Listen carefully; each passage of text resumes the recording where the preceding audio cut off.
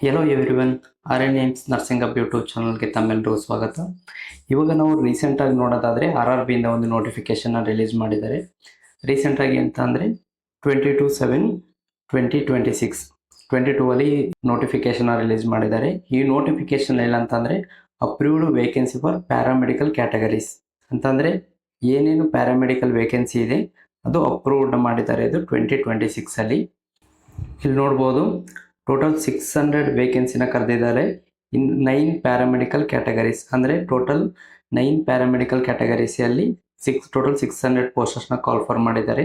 ಅದರಲ್ಲಿ ನಾವು nursing superintendent ನೋಡೋದಾದರೆ ನಮ್ಮನ್ನು ಟೋಟಲ್ಲು 372 ಪೋಸ್ಟ್ನ ಕಾಲ್ ಫಾರ್ ಮಾಡಿದ್ದಾರೆ. ನಾವು ಇದರಲ್ಲಿ ಪೇ ಲೆವೆಲ್ನ ನೋಡೋದಾಯಿತು ಅಂತಂದರೆ ಪೇ ಲೆವೆಲ್ ಬಂದು 7 ಪೇ ಲೆವೆಲ್ ಇದೆ. 7th ಪೇ ಲೆವೆಲ್ ಅಂತ ಅನ್ನೋದಾದರೆ ಟೋಟಲ್ ಸ್ಯಾಲ್ರಿ ಬಂದು 94,000 to 1 lakh ಅಂತ ಸ್ಯಾಲ್ರಿ ಸಿಗುತ್ತೆ. ಹಾಗೆ ನರ್ಸಿಂಗ್ ಸೂಪರಿಂಟೆಂಡೆಂಟ್ ಪೋಸ್ಟ್ ಜೊತೆಗೆ ಬೇರೆ ಇನ್ಯಾವುದೆಲ್ಲ ಕಾಲ್ ಫಾರ್ ಮಾಡಿದಾದರೆ ನೋಡ್ಬೋದು. ಇಲ್ಲಿ ಫಸ್ಟ್ ಬಂದು ಡಯಾಲಿಸಿಸ್ ಟೆಕ್ನಿಷಿಯನ್ನು, ಇವ್ರದ್ದು ಪೇ ಲೆವೆಲ್ ಬಂದು 6 ಇದೆ. ಹಾಗೆ ಅಪ್ರೂವ್ಡ್ ವೇಕೆನ್ಸಿ ಬಂದು ಓನ್ಲಿ 1 ಮಾತ್ರ ಇದೆ. ಹಾಗೆ ನೆಕ್ಸ್ಟ್ ನೋಡೋದಾದರೆ ECG ಟೆಕ್ನಿಷಿಯನ್ನು, ಪೇ ಲೆವೆಲ್ ಬಂದು 4, ಟೋಟಲ್ ಪೋಸ್ಟ್ ಬಂದು 4 ಇದೆ. ಹಾಗೆ ನೆಕ್ಸ್ಟ್ ಬಂದು lab assistant grade 2, pay level ಬಂದು 3 ಇದೆ. ಅಪ್ರೂವ್ಡ್ ವೇಕೆನ್ಸಿ ಬಂದು ಟೋಟಲ್ 31 ಇದೆ. ಹಾಗೆ ನೆಕ್ಸ್ಟ್ ಬಂದು ಫಾರ್ಮಸಿಸ್ಟ್ ಎಂಟ್ರಿ ಗ್ರೇಡ್, ಇದು ಪೇ ಲೆವೆಲ್ ಬಂದು 5 ಇದೆ. ಹಾಗೆ ಅಪ್ರೂವ್ಡ್ ವೇಕೆನ್ಸಿ ಬಂದು 120 ಇದೆ. ನೆಕ್ಸ್ಟ್ ಬಂದು radiographer x ray technician, pay level ಬಂದು 5 ಇದೆ. ಹಾಗೆ ಅಪ್ರೂವ್ಡ್ ವೇಕೆನ್ಸಿ ಬಂದು 26 ಇದೆ.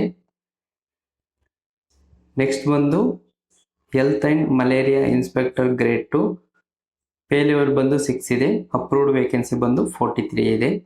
ಹಾಗೆ ನೆಕ್ಸ್ಟ್ ಬಂದು ಆಪ್ಟೋಮೆಟ್ರಿಸ್ಟ್, ಪೇ ಲೆವೆಲ್ ಬಂದು 4 ಇದೆ. ಅಪ್ರೂವ್ಡ್ ವೇಕೆನ್ಸಿ 2 ಇದೆ.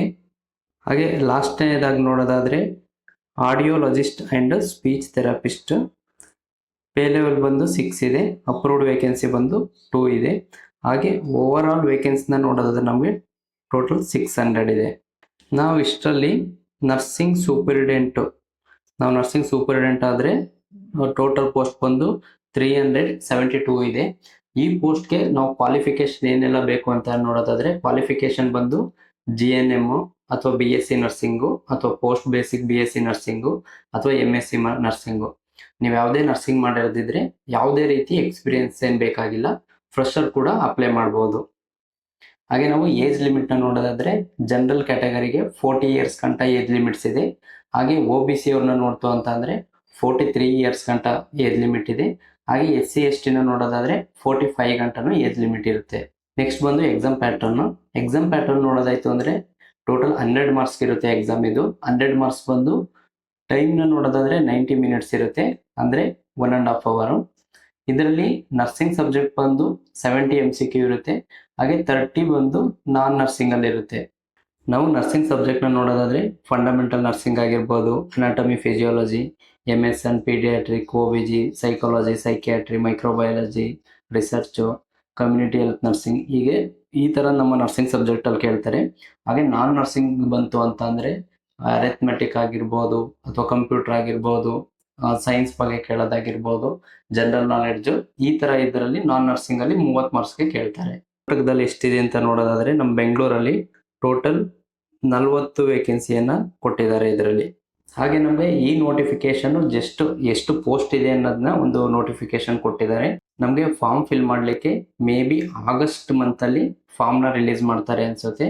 ಆ ಫಾರ್ಮ್ ಎಲ್ಲ ಫಿಲ್ ಮಾಡಲಿಕ್ಕೆ ಒಂದು 20 to 1 month ಈ ಥರ ಟೈಮ್ ಇರುತ್ತೆ. ನೆಕ್ಸ್ಟ್ ನಾವು ಎಕ್ಸಾಮ್ನ ನವಂಬರ್ ಅಥವಾ ಡಿಸೆಂಬರಲ್ಲಿ ನಾವು ಎಕ್ಸ್ಪೆಕ್ಟ್ನ ಮಾಡ್ಬೋದು. ಯಾರೆಲ್ಲ ನೀವು ಸೆಂಟ್ರಲ್ ಗೌರ್ಮೆಂಟ್ ಜಾಬ್ಗೆ ವೇಟ್ ಮಾಡ್ತಾ ಇದ್ದೀರಾ, ನಿಮ್ಗೆ ಇದೊಂದು ದೊಡ್ಡ ಅಪಾರ್ಚುನಿಟೀಸ್ ಅಂತ ಅನ್ಬೋದು. ಈ ಮಾಹಿತಿ ನಿಮ್ಗೆ ಇಷ್ಟ ಆಗಿದ್ರೆ ವಿಡಿಯೋನ ಲೈಕ್ ಮಾಡಿ. ಹಾಗೆ ನಿಮ್ಮ ಸ್ನೇಹಿತರು ಯಾರೆಲ್ಲ ಸ್ಟಡಿ ಮಾಡ್ತಿದ್ದಾರೆ ಅವ್ರಿಗೆ ಈ ವಿಡಿಯೋನ ಶೇರ್ ಮಾಡಿ. ಹಾಗೆ ಯಾರೆಲ್ಲ ಈ ಚಾನಲ್ನ ಸಬ್ಸ್ಕ್ರೈಬ್ ಆಗಿಲ್ಲ ನೀವು ಸಬ್ಸ್ಕ್ರೈಬ್ ಮಾಡ್ಕೊಳ್ಳಿ. ನೆಕ್ಸ್ಟು ಅಫಿಷಿಯಲ್ ನೋಟಿಫಿಕೇಷನ್ನು ಮತ್ತು ಆನ್ಲೈನ್ ಅಪ್ಲಿಕೇಶನ್ನ ಬಿಟ್ಟಾಗ ಅಪ್ಲಿಕೇಶನ್ನ ಹೇಗೆ ಫಿಲ್ ಮಾಡೋದು ಅದ್ರ ಬಗ್ಗೆ ನೆಕ್ಸ್ಟ್ ವಿಡಿಯೋದಲ್ಲಿ ತಿಳಿಸ್ಕೊಡ್ತೇನೆ. Thank you for watching.